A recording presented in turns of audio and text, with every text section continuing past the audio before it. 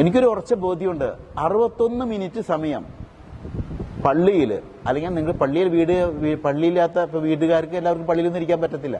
61 minute സമയമെങ്കിലും ദൈവസന്നിധിയിൽ ഒരു ദിവസം പ്രാർത്ഥനയിലായിരിക്കുന്നവന്റെ എല്ലാ കാര്യങ്ങളും കർത്താവ് കാര്യമായിട്ട് നടത്തിക്കോളും. എന്തിയാ പിതാവിന് 61 മിനിറ്റ് ഇത്ര പിടുത്തം? വേറെ ഒന്നുമില്ല. 1 മണിക്കൂറെങ്കിലും എന്നോടുകൂടി ഉണർന്നിരിക്കാൻ സാധിക്കില്ല എന്ന് ഈശോ ചോദിക്കുന്ന ചോദ്യമുണ്ടല്ലോ, അതിന് വെളിച്ചത്തിലാണ്. ഞാൻ പലപ്പോഴും പരീക്ഷിച്ച് നോക്കിയിട്ടുള്ള കാര്യമാണ്. വലിയ കത്തീഡ്രൽ പള്ളിയിലൊക്കെ ആയിരിക്കുമ്പോൾ ഒത്തിരിയേറെ പ്രശ്നങ്ങളുണ്ട് പലർക്കും. എനിക്ക് ഒരു പ്രശ്നമില്ല. പ്രശ്നം വന്നാലേ പരിഹരിക്കണ്ടു. പ്രശ്നം വരാതെ 3 കൊല്ലം ഞാൻ കണ്ട വീടുകളിലൊക്കെ ഇറങ്ങി ചായ കുടിച്ച് ഫ്രീ ആയിട്ട് നടക്കുകയായിരുന്നു. അങ്ങനെ ഒരു പ്രതിസന്ധി വന്നില്ല. പക്ഷെ 1 മണിക്കൂറെങ്കിലും പള്ളിയിൽ ഇരിക്കാൻ ഞാൻ ശ്രമിക്കാറുണ്ടായിരുന്നു. മുഴുവൻ ഇരുന്നൊന്നും ഞാൻ പറയുന്നില്ല. 61 മിനിറ്റെങ്കിലും കർത്തൃ സന്നിധിയിൽ കുത്തിയിരിക്കാൻ തയ്യാറായാൽ ബാക്കി 23 മണിക്കൂറും വല്ലവരും പണിയുന്നുണ്ടെങ്കിൽ ഇത്രയും എളുപ്പമുള്ള വേറെ പണിയുണ്ട് ചുമ്മാ കുത്തിരിക്കാനായിട്ട്.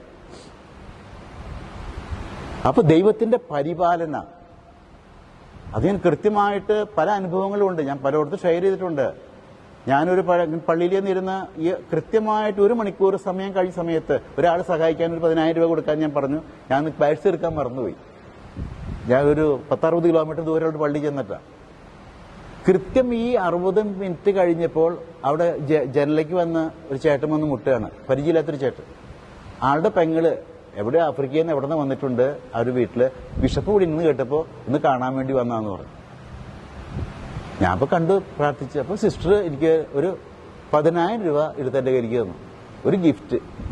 അപ്പം ഞാൻ ആലോചിക്കുകയാണ്, ഈ 10,000 രൂപ ഒരു പാവപ്പെട്ട ആൾ കൊടുക്കാമെന്ന് ഞാൻ പറഞ്ഞു. ഞാൻ പേഴ്സ് എടുക്കാൻ മറന്നു. അപ്പം ഞാൻ പെട്ടുകിടക്കുന്ന സമയത്ത് കണ്ടോ, ഒരു പരിചയമില്ലാത്ത ആ സ്ഥലത്ത് ഇല്ലാത്ത ഒരാൾ കൊണ്ടുവന്ന് ഒരു 10,000 രൂപ തരീശ്. ഞാൻ അപ്പം തന്നെ വികാരിച്ചിൻ്റെ കൂടുതൽ കൊടുക്കാൻ പറഞ്ഞു. ആ പള്ളിയിൽ കപ്പിയായിരിക്കാണ് ഒരവസ്ഥ.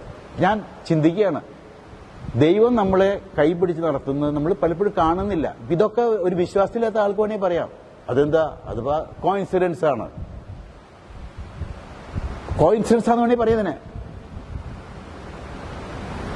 പക്ഷെ ഇങ്ങനെ നോക്കി കാണാം, എന്നെ പരിപാലിക്കുന്ന ദൈവം.